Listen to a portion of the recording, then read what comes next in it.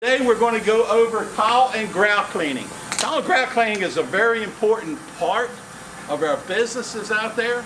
We get into houses. Guys, how many houses are you in that you think have ceramic tile? Grout. Huh? All of Just about all of them. Where do you encounter tile and grout? Where is it? Foyer. Where else? Bathrooms. Okay, what do you have grouted, tile and grouted in bathrooms? Shower. What else? Say it loud. Floor. What else? Ceiling. You ever done a ceiling with tile and grout? Okay. Yep. Ceilings. Okay. Our old house, we had one that that had tile on the ceiling. Quickly took it out, put sheetrock up there. Okay. What else? Showers, floors, walls. Right. What else? Tub. What's that called? Tub surrounds. Okay. Where else do we have tile and grout? Kitchens, kitchen floors. Where else in kitchens do we have tile and grout? Back washes and all that kind of stuff. So yeah, there's a lot of tile and grout in there. Dave, you think tile and grout's easier to clean than carpet? Sometimes. Sometimes? Yeah. Oh, it's not the same. That's it. Right. Would you rather clean tile and grout or furniture? Towel. Tile. Okay, you didn't hesitate. You noticed that there wasn't a bit of hesitation on there. So yeah, it is.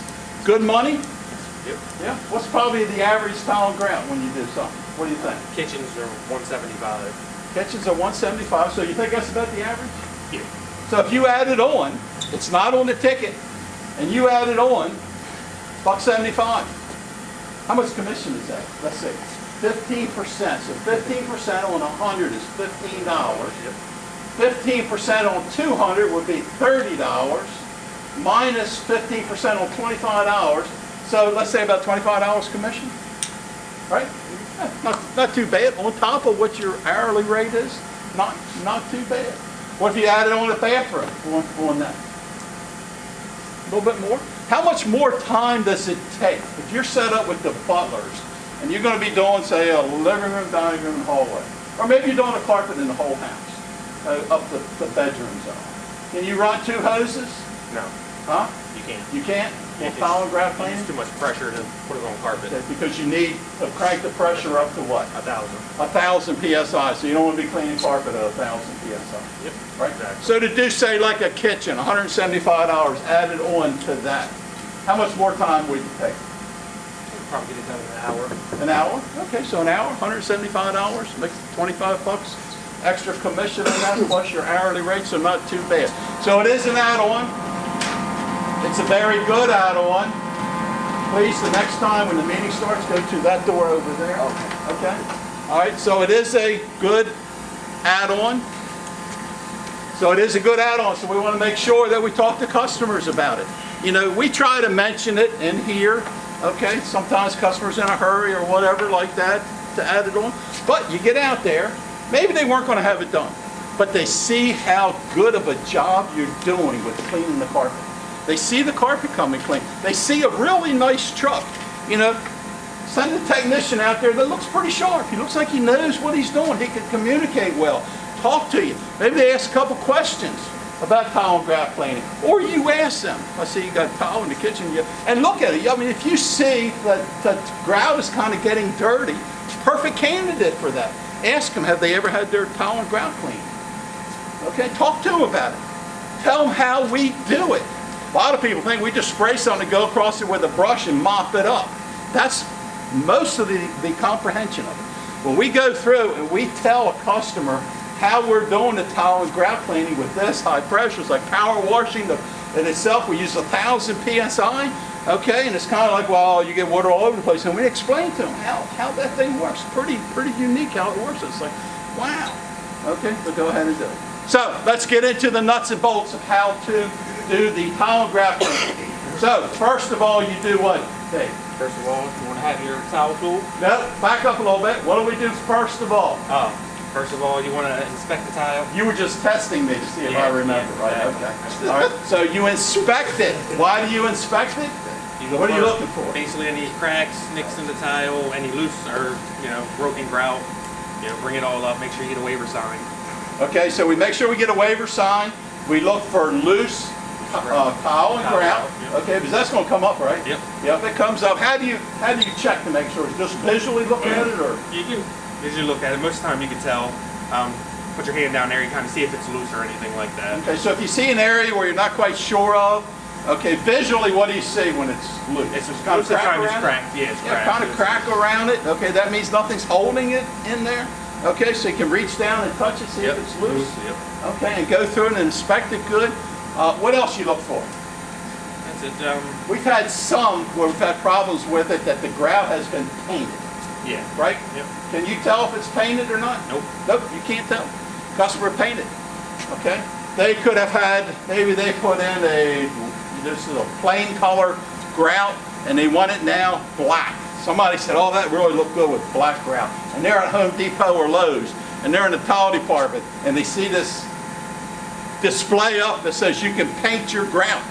So that's basically all it is paint, right? Yeah. You know, they go across it with a little brush and paint it. Looks good, okay? But when it comes time to clean it, that paint can come off the ground. Not everywhere. It's not like it, boom, it's all going to disappear. What the problem is some of it's still stuck to there and some of it has come off, right? Yep. After you start cleaning, you can tell. Yep. You can start seeing it. What do you do then? Let the customer know. Stop, talk to the customer, and let them know. Say, you know, if you wanted that color, you got to paint it again because as I'm cleaning it, some of that paint's going to come off. You know, it's not a good idea to paint grout. Okay, it is a good idea to seal it, but not to paint grout. So then we have them sign the waiver, right? Yep. Is there ever a time that we clean grout, tile and grout without signing the waiver? Nope. Nope. Always, always, always have them sign the waiver. Make sure it's filled out properly. You take a picture of it, right? Yep. And put it in notes, right? Yep. Before you even start. Yep. You can put it right in Okay, there. you put it right in there so the dog doesn't jump in and eat the waiver. Okay, so we've inspected it.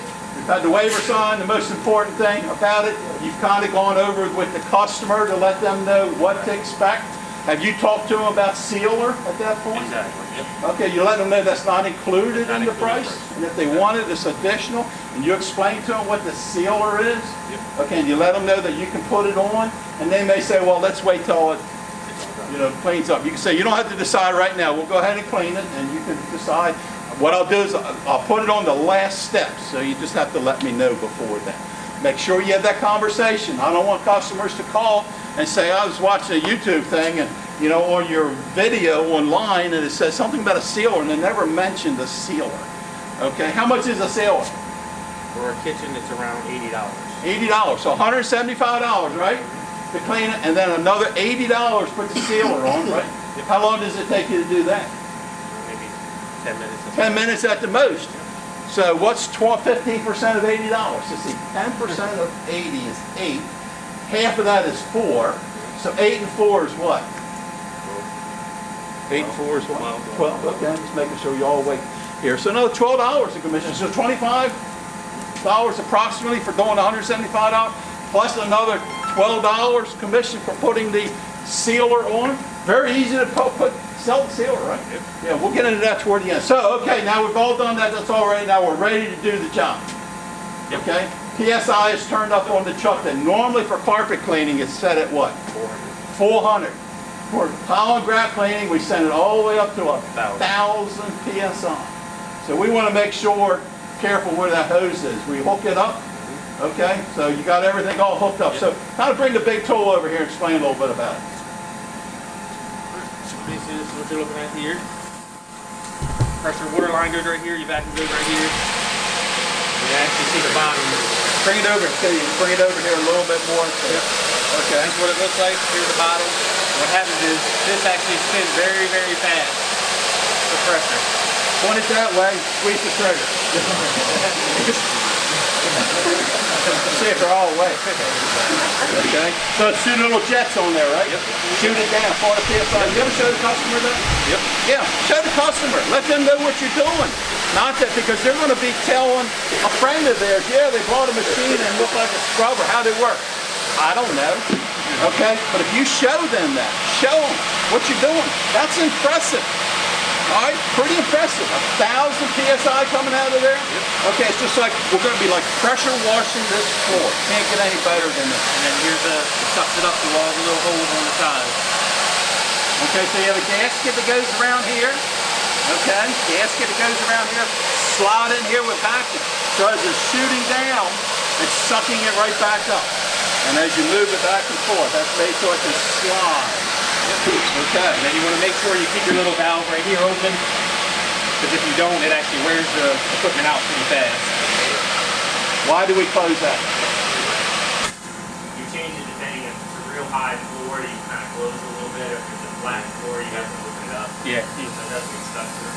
Yeah. They actually say keep it. You actually recommend keeping it always open, because it actually will wear the tool down real fast. I just found that out. Okay, so keep the valve all the way open.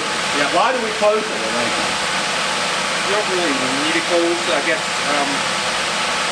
I just found it out. He just said keep it open because it actually stuck down on the floor too much. At all Wear it times. out. At all. Okay, so there's no time to close it. You don't have to close it, don't hook the hose in there. Okay, so let's leave it open at all times, but check to make sure it's open. You know, maybe when you get the tool out of the truck. Yep. Okay, make sure it's open. Just check, make sure that's open when you pick up the tool. Yep. Okay, so we good? So what do we do now? You want to hold this? I'll hold this for you. I hope I don't squeeze the trigger. Alright, the next thing you want to grab your Viper Venom. Viper Venom. Viper Venom. Viper Venom. That sounds pretty impressive, doesn't it? Viper Venom. You're going to mix that 50-50, half water, half Viper Venom. Then you're going to have your multi-sprayer. Put it in your multi-sprayer right here. So the Viper Venom is mixed 50-50? Yep. 50-50 with water, right? Water, just plain water. And you got to use it out of the sink? Their sink? Or Nope, get it from the truck? Yep, you can get it right from the truck. Right from the truck? Okay, tank in the truck 50-50. Put it in the multi-sprayer. Make sure it's mixed up. Shake it a little bit. Yep, do that. Okay, all right. The next thing you want to do, we'll do like a little area right here. So you want to take, you got, pretend a little bit, pretend you're in the kitchen. This is towel and everything right here. So you just want to give it a good coat on it. Well, if they got a refrigerator and you spray the refrigerator Do down. not spray anything stainless steel. That is Viper Venom. Do not get it on stainless steel. How can you make sure you don't get it on stainless steel?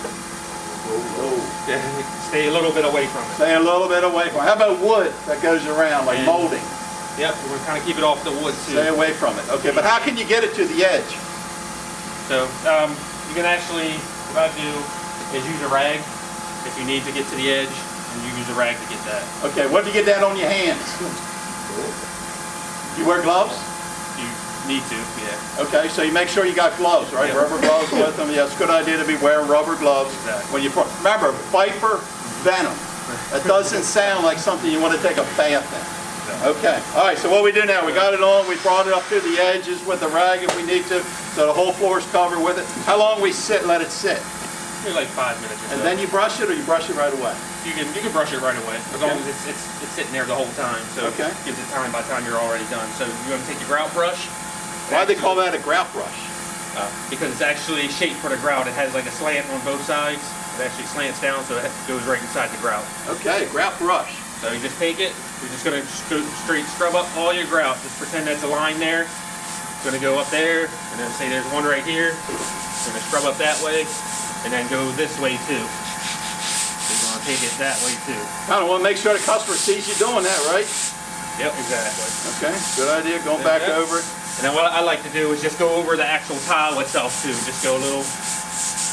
Yeah, the ceramic tile, what is ceramic? You ever do any ceramic work? Have you ever done any ceramic work? What is ceramic? In school, sometimes you made vases or ashtrays. I think I made an ashtray out of ceramic. What is ceramic, basically? Huh? Wait. Speak up. Wait. What do you say? Clay. Clay. Clay. Clay. Clay. Okay. Now, ceramic's not really clay. Okay, so the terrazzo tile and all is more of a clay tile. Ceramic is as close to blank as you can get. As close to being glass as you can get. Okay, very hard and very brittle, right? Very hard and very brittle. So we're not really I mean, we are cleaning it, but we're not doing this process to clean the ceramic itself. That's really easy to clean. I mean, they go over that with just anything, can clean that. What we're really doing, what gets dirty is the grout. So that's the main part that we're cleaning. When they want it clean, when they say it's dirty, it's because the grout is dirty. Now with cleaning, I always had two methods of cleaning. One when the customer wasn't watching, and one when the customer was watching. What is the difference, Dave? Yes. Are they both good? Yeah, they're both Oh good. yeah, they're both good. They're both doing the job right. But when I knew the customer was watching, I put a little bit of extra umph or acting in it. You know, we're kind of actors. We're all actors to a point. Some of you guys come in, you're really characters, so I know you're actors. So we're kind of actors to a point. If I know the customer's watching me doing that grout brush, I make sure I give it a little extra scrubbing and, you know, kind of, if she's there, I kind of explain to her, you know, what we're doing, why we're doing this. We're going to put this stuff called Viper Venom. Sounds pretty powerful. You know, you don't want to get it on your hands. That's why we're wearing rubber gloves and everything else. Really strong. We're going to let it sit for about 5-10 minutes. Yep. Okay, to dwell. It's called dwell time, right? Yep. Okay, so that we can go across and clean it. Yep. Okay, it's been 5 minutes. Yep. Show us how to do it now. So, well, first step is when you walk on it, you're scrubbing it. You always want to keep a blanket off Is that of the. slippery? Whoa! Yeah, it's Yeah, slippery. so be really careful, right? But just keep a blanket off on any wood or carpet. We had a little incident, you know. You actually, if you walk from there onto the wood floor, it actually stripped the finish off the wood floor. So just keep a blanket off so you can wipe your feet. I don't wear booties on tile because it tends to track a lot once you come off. And it's good to explain to the customer that they see you take the booties off and walking on that now. Why you got the booties off and walking on my floor? So explain to them why you're doing it, right? Exactly. So what you do, start at the corner. Pretty simple. Watch out, you might get sprayed. There you go. You're good. Just hold the trigger. Pretty simple. Hold the trigger. Hold the trigger to go back and forth. Yep. Okay, I do it.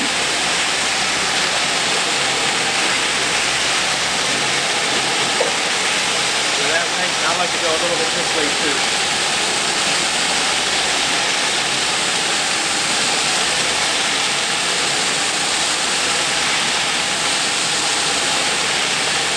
Stop, you can just, let go of the trigger, just back him up, you know, to access water.